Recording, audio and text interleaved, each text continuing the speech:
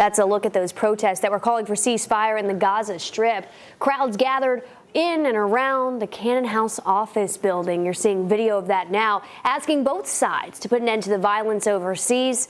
Tensions did flare during the protests. We know at least 3 people have now been charged with assault on a police officer, and nearly 300 protesters were arrested for storming the rotunda.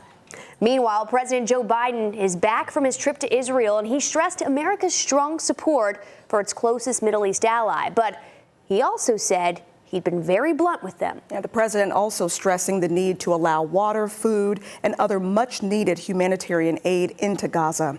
Here's ABC's Inez de la Cuetara reporting from Jerusalem.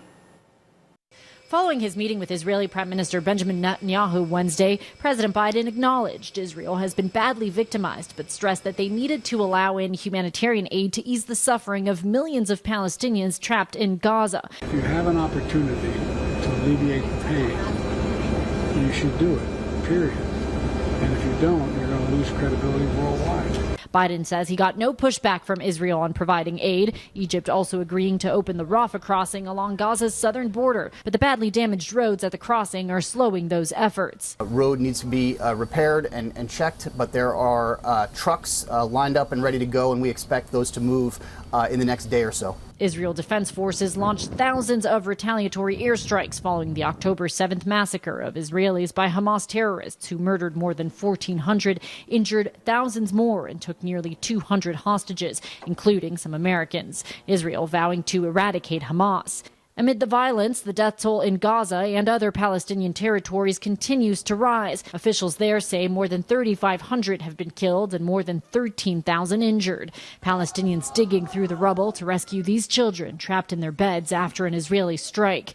ABC News has been following the story of Tala, a young Palestinian woman who says her family are now seeking shelter in a Gaza hospital. We will go again to the hospital at night and spend the whole night there. And when it finishes, and when the sun rises, we will return if we were alive.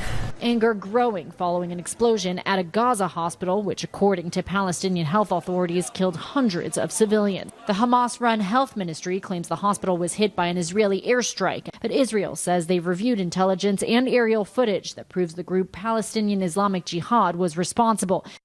And President Biden will deliver an address to the nation this evening to update Americans on the U.S. response to the Hamas attacks in Israel. He's also planning to address the war in Ukraine. Inez de la Cuetara, ABC News, Jerusalem.